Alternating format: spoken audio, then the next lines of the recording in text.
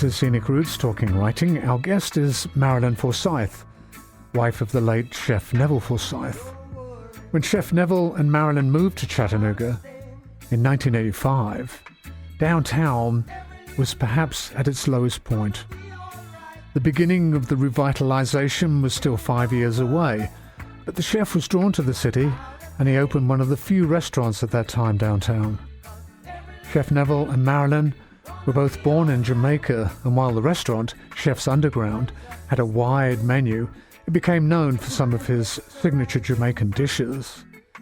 Many of the recipes for those dishes have now been collected in a cookbook that's both a celebration of his approach to food and, by extension, a celebration of Chef Neville's approach to life, which was passionate, enthusiastic, and all-embracing. Singing, don't worry about a thing,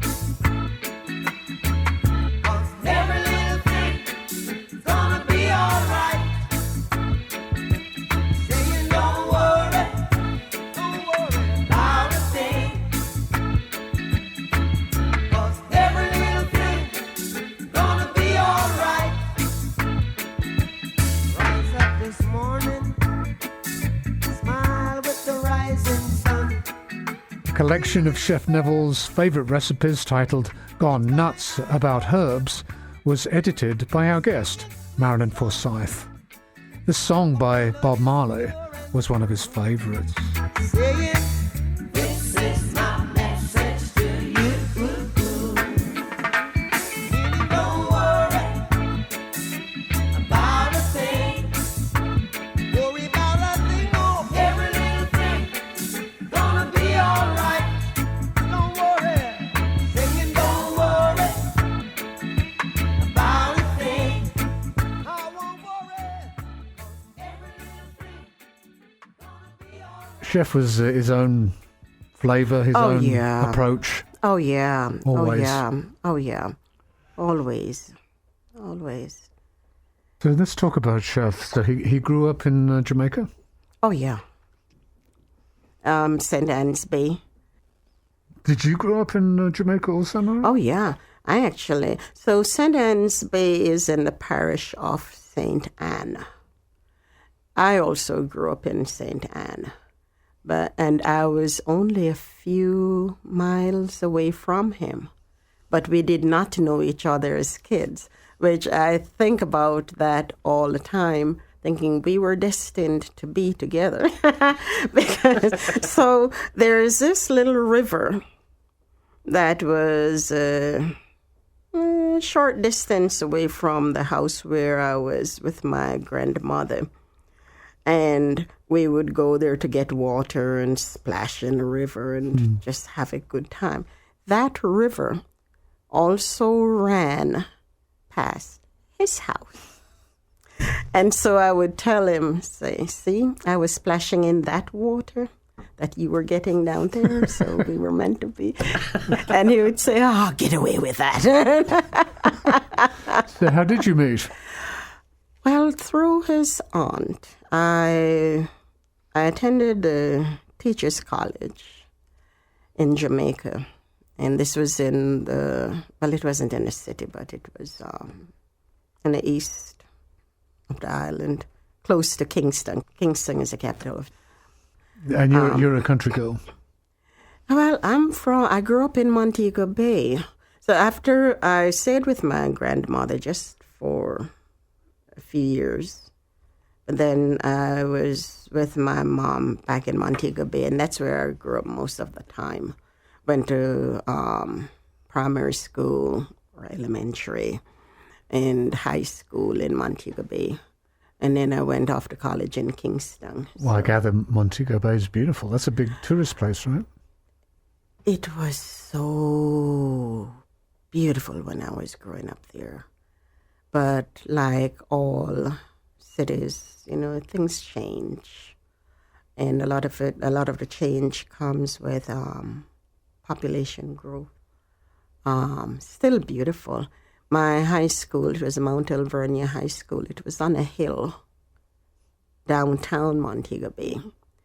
And you can to see the ocean. You can feel the ocean breeze, and it was really nice going to school there. It was just beautiful. But going back to how my husband and I met. So I was attending Teachers College, and his aunt was also attending the same college. But she was a year ahead of me, and she actually introduced us.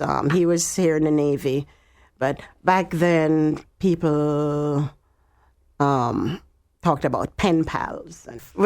She said, she asked me if I'd like a pen pal and to get a pen pal, and I said no, because I had a pen pal before and I thought it was very boring. And they encouraged that a lot when we were growing up. Write letters to whomever, wherever. What did they think it was just good practice for you? Yeah, get to know more about other people, where they live, what they do, different cultures. Were you curious about the rest of the world? Oh, yeah.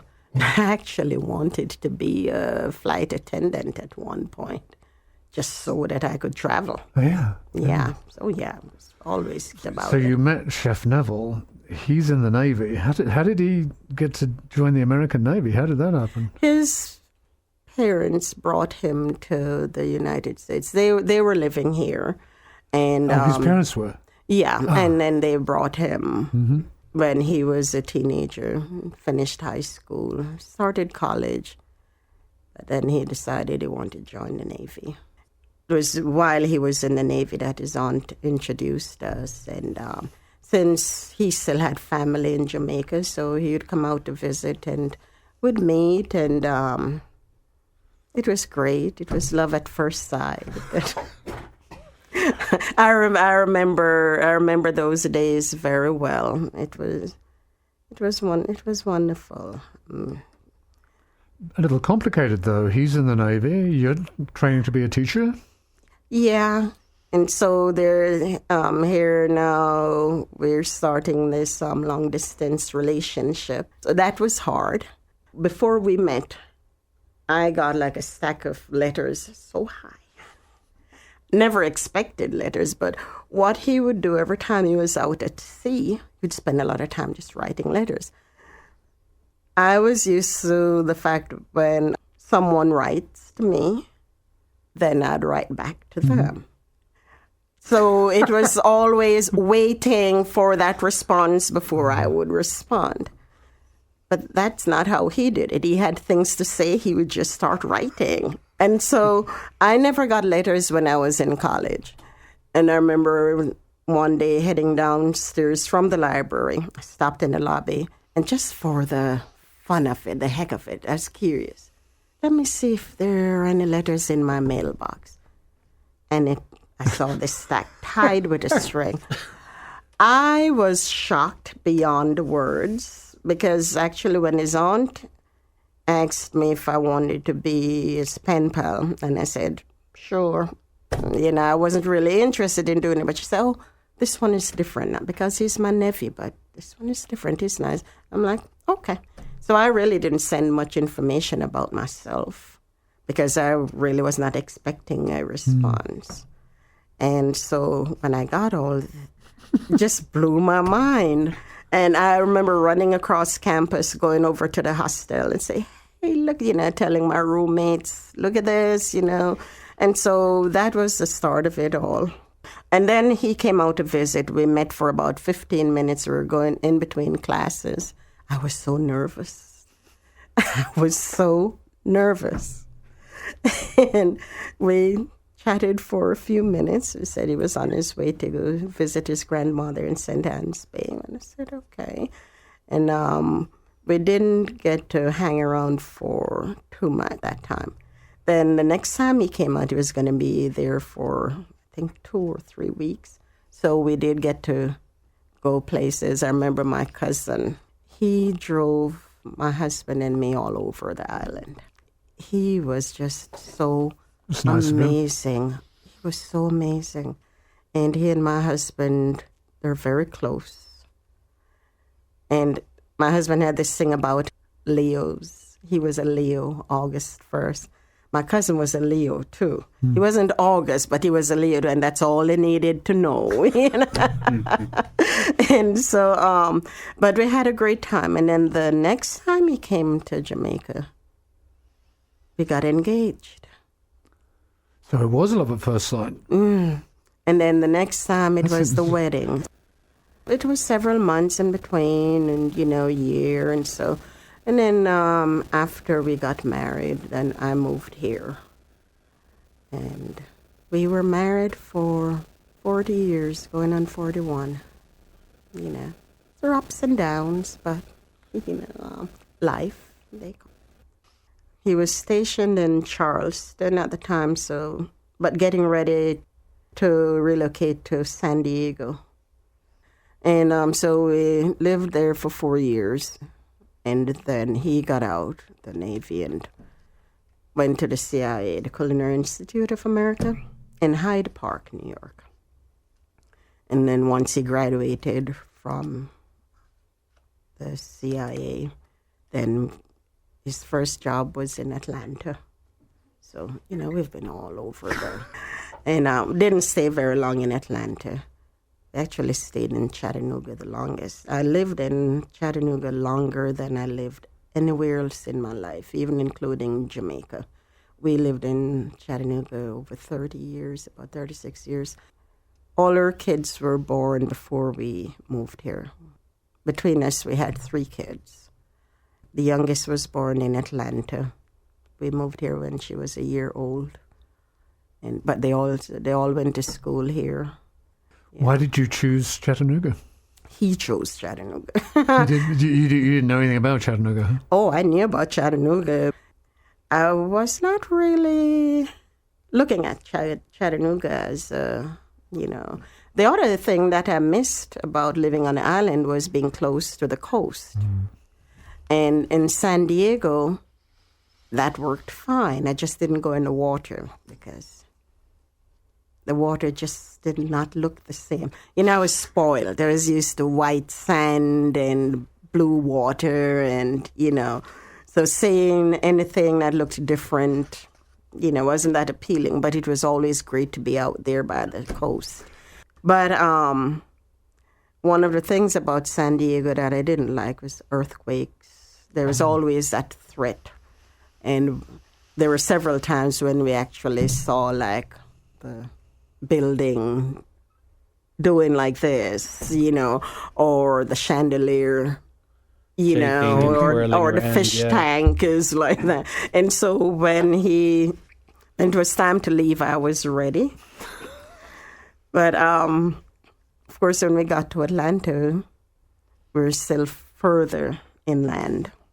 But then I remember when we were driving to Chattanooga, and it was the first week in January.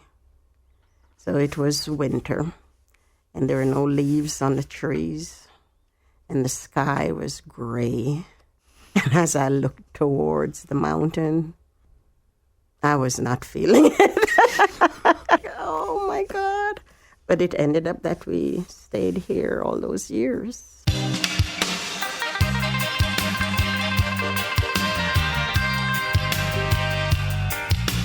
This is Talking Writing on Scenic Roots. Our guest is Marilyn Forsythe, wife of the late chef Neville Forsythe. A collection of his favourite recipes, gone nuts about herbs, edited by Marilyn, is set for publication at the beginning of next month. This is Burning Spear, another of Chef Neville's favourite singers.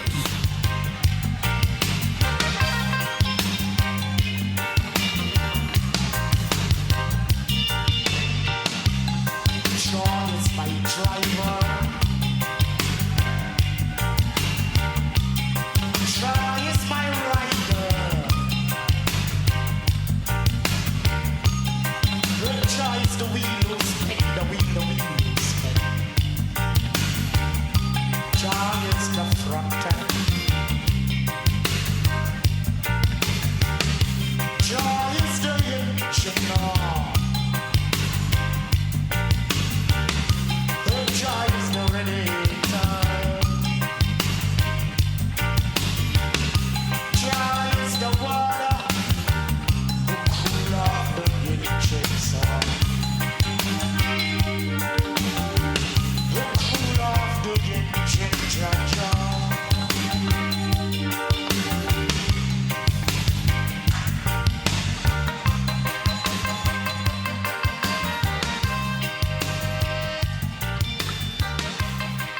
the decision wasn't totally mine. Right. I just went along with it. What was it that attracted Chef Neville to Chattanooga? He got a job here. He actually got his first job here. He wasn't very happy in Atlanta, and he decided to start looking elsewhere. And he got a job offer from the Lookout Mountain Fairland Club. And that's where he started here in Chattanooga. When you said CIA, that's a place where he trained as a chef. He liked... Not the CIA. He liked to call it, when he says the CIA, you'd say the other CIA. And he got a kick out of saying that, you know. Yeah, it's the Culinary Institute of America. Yeah.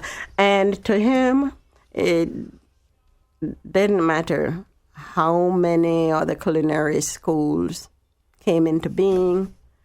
To him, that was the Culinary Institute to attend. He enjoyed his time there. He just appreciated every moment that he spent there. He learned so much. When I think of Chef Neville, the first thing I think of is him laughing. He had a great sense of humor. Yeah, he did. So when he opened his own restaurant, was his idea from the beginning to make the kind of food that he ate when he was growing up in Jamaica? No. He would include some of it. When he first opened the restaurant here in Chattanooga, there weren't too many people that were into the Caribbean food, which was okay, just from the fact that he now has had this wealth of information about food and skills and because you see, he cooked in the Navy too. He learned a lot. I didn't realize that. Okay. Oh yeah. So he didn't just go to the school and start there. It probably started from, he didn't cook in Jamaica, but his grandfather was a butcher and had a lot of respect for his grandfather. But he also learned a lot from his grandfather, you know. And so he cooked in the Navy. He learned a lot in the Navy. And even now we'd look back at some of his notes and things that, of course, he was cooking for a huge number of people in the Navy. And then he went to school and learned all this other stuff, the different types of cuisine. And so coming to Chattanooga and folks aren't into the Jamaican stuff, that really wasn't his intention to start a Jamaican restaurant, because that wasn't what he went to school for. It was about, fine dining. And, there's a photograph in the book of him sitting with his wine and talking about truffles and stuff. It's a clipping from one of the newspapers. But Chef could cook anything that was just an everyday meal or snack to a 5-course, 6-course meal or whatever, because he had the skills, the knowledge, and the passion for it, because that was the other thing. He had the passion for it. Mm-hmm. And that was one of the things that I enjoyed working alongside him, the times when I did, because I didn't do it all the time. There were times when I worked elsewhere in town. And being beside him, working beside him, because I enjoyed doing art. I love art, right? And you have to have a passion for it. And that's how he was with his food. And when he presented it, say the taste, the aroma, the presentation, everything, it makes for one satisfying meal or dish, or, it didn't just target any one thing. It was appealing to all the senses. He was good at it. And that was what a lot of people enjoyed about him, too. because he just really loved what he did. And like I say, he had this great laughter, his smile. His smile. So at some point, you decided that you would mix your two loves, opening a cafe that was going to have reggae in the name of the cafe. Yeah. So, of course, the missus, he had decided that we should name the restaurant in honor of my mom. Of course, my mom's last name then was her husband's last name, Brown. So it was Mrs. B's. And we didn't want to just say Jamaican Cafe, but we wanted to use a word that would symbolize,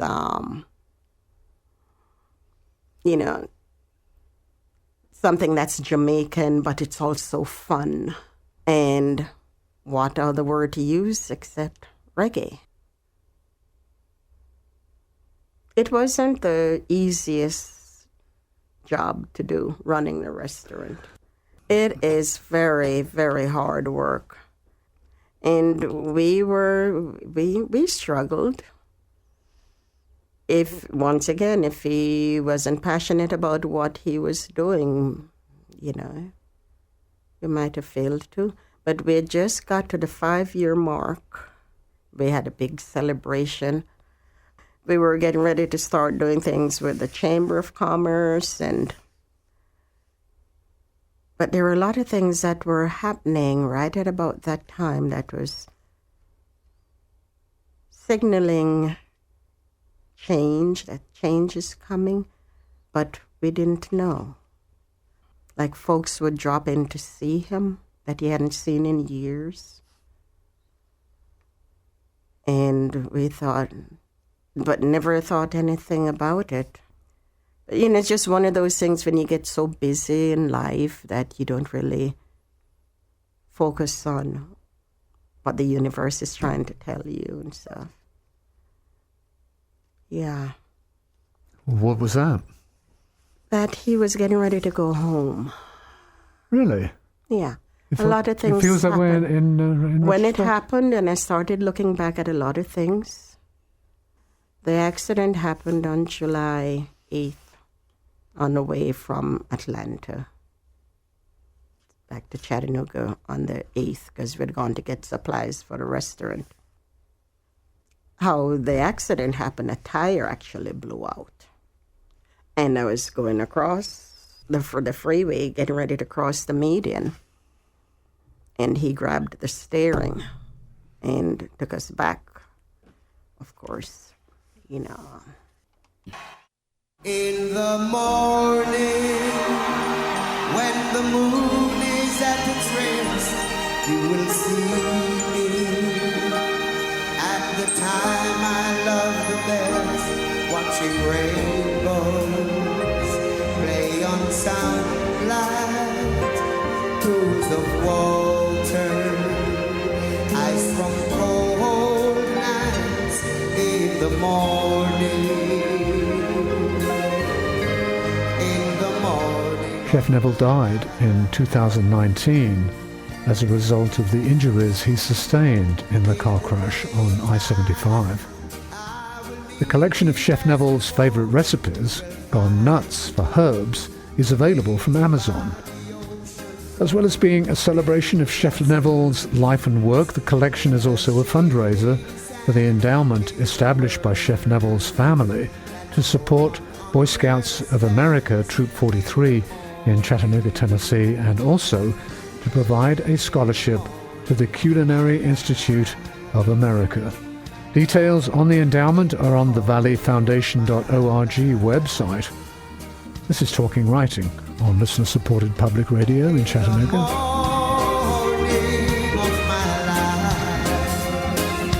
The minutes take so long to drift away.